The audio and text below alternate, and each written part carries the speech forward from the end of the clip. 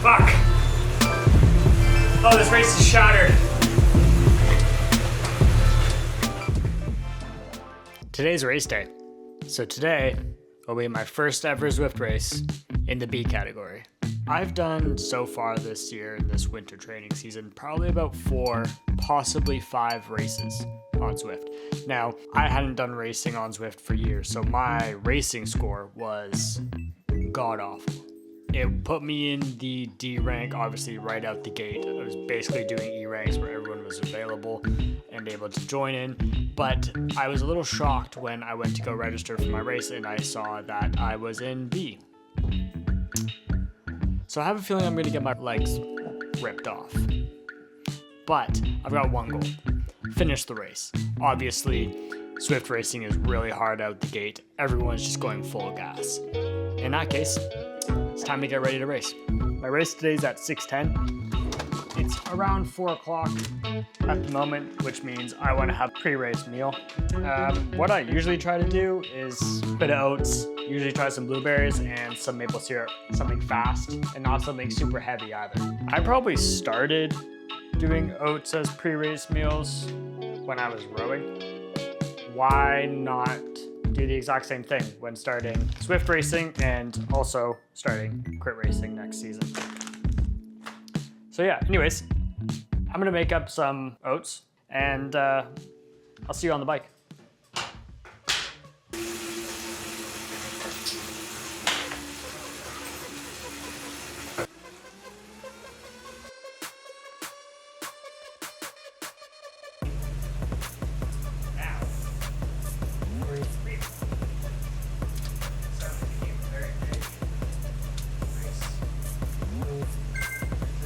Wanted to jump in and do a bit of a voiceover here. With this being the first crit B race, I know for a fact I'm not going to be able to speak a whole lot. I will be honest, I was a little impressed with how low my heart rate was. And my heart rate goes pretty high, and I'm sitting before the race. I was definitely nervous, but it was sitting around the 145, and that's pretty good. And then it skyrockets as soon as we get going here. But that's to be expected. You really have to go hard in the first minute or so of Zwift racing, otherwise you can really be left behind. And really the big problem with Zwift racing is as soon as you're gone and dropped, there's very little chance of getting back on. This is the first time I'm in the B category, so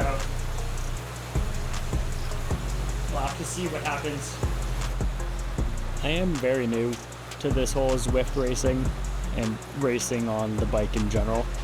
If anyone has any tips, tricks, and ideas on the best way to save any effort, green, I'm all ears. And blue. Someone's got my watch. That's the top left. But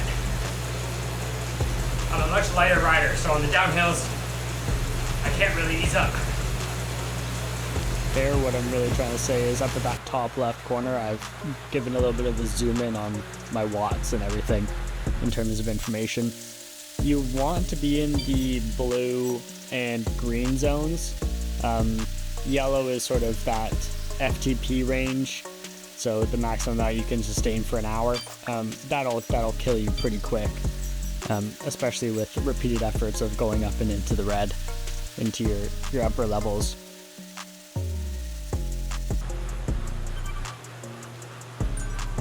Now, putting on the aero boost here, I know coming up is another sprint, press so. My phone for power up.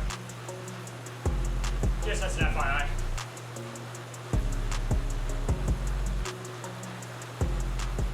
These boosts and aero boosts, I only know the aero and draft boosts and what those do. Obviously, it's pretty obvious just in the name itself. I really go to try to get my drafting boost and my power up button so I can get back onto this riders in front of me. Unfortunately, this was where the race really split and really got going. On this climb within the second lap, I really try to put on some power, something sustainable for a minute or so if I have to keep going. But my biggest mistake was right there, sitting back down. realizing now I really got to keep going and push through this, because getting onto that group was the make or break move of the race. But again, one of the reasons I make these videos is so I can review it on my own and hopefully help someone else out there. Doing this effort here really isn't necessary. I was really hopeful I could get back on. I was obviously deprived of oxygen to my head while racing, and I was just doing everything I could to not get dropped. But as soon as we got over that hill and that bunch started to accelerate again, the odds of me getting on are slim to none here. Oh, this race is shattered.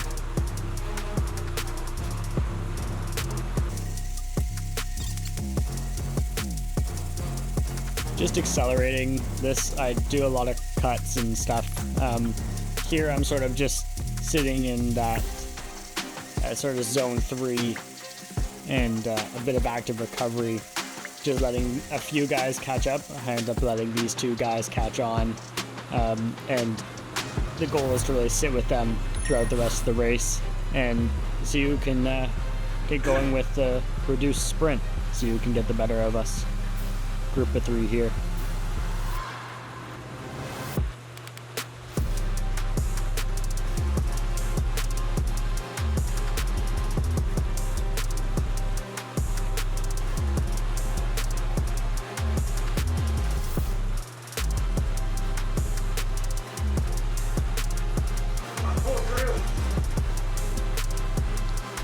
I was a little annoyed with this guy with the sort of top hat. He just sort of sat there a lot, which makes sense. He's saving as much of his energy as he can, but we also had 2 guys just in front of us that were about 15 seconds ahead, and we had just eaten up about 3 or 4 seconds, so I was hoping we'd organize and work together to catch up to those guys. Unfortunately, the more that this guy played this cat and mouse game, the less likely that becomes.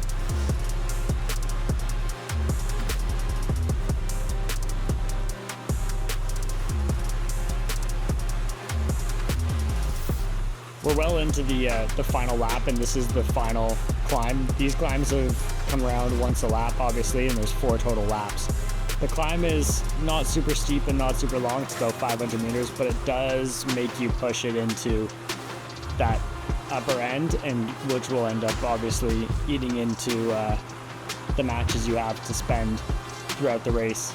The guy had, one of the guys in our group of 3 had bunched off and pushed off the front. I was hoping this guy in the top cat was actually going to do some work, but realized he hasn't done much this race, so it's really going to be up to me to close this gap.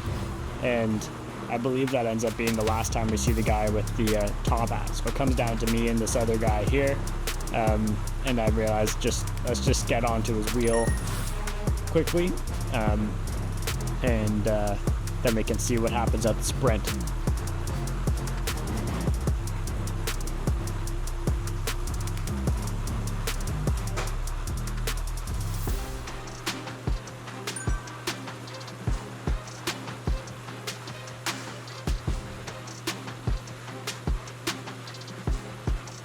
So there's about 500 meters now.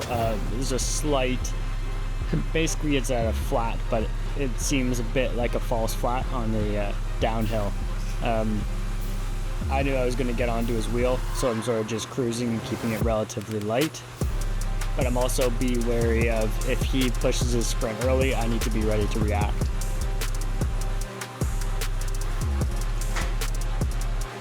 He does a slight surge here. I will surge and build up some space, but now it's under 200 meters, so I decide to give a slight kick and then a full-blown sprint to the end. Managed to get us up to about 12 watts per kilo, but he really doesn't contest, and I just roll through 32nd.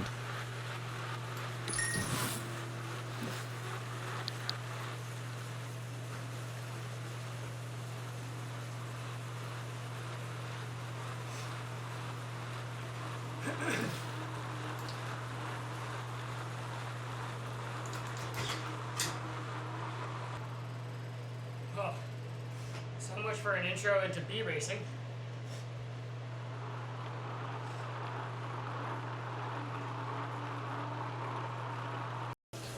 I wanted to do a bit of a debrief while I cool off after my first ever B-Crit Zwift race. Now, it isn't as bad as I thought it was going to be. I don't think I really emptied myself like I could have. Obviously, hindsight 2020, you know? But what really happened, I think, is in the third lap out of 5, going up the climb, not really a climb, a little bit of a hill, slight drag up. It's around 4% for not long, maybe a couple hundred meters. And I was losing contact with a few of the people in front of me. So I put out a bit of power to catch up. Caught them, but just to realize the guys in front of those guys had let go of the full group. Tried to bridge it, but I just didn't go hard enough, or I just didn't hold it long enough. And I lost contact. And I ended up losing connection with the front group. I probably tried to power on for longer than necessary. Shortly after, let a few guys catch up to me, and we sort of just sat as a 3-man. Beat both of them in the sprint.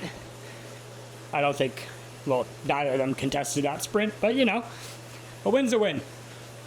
And yeah, so I think depending on how many sprint points or Zwift racing points I either get or lose from that finish, because it wasn't a great race on my part. We'll see what happens next week. But yeah, for first ever B race, I'm pretty happy with that. If I missed anything staring out at me in this race, got any suggestions on how to go a little easier, save on my energy, I'm all ears. Yeah, anyways, catch you guys in the next one. It was like, Chris.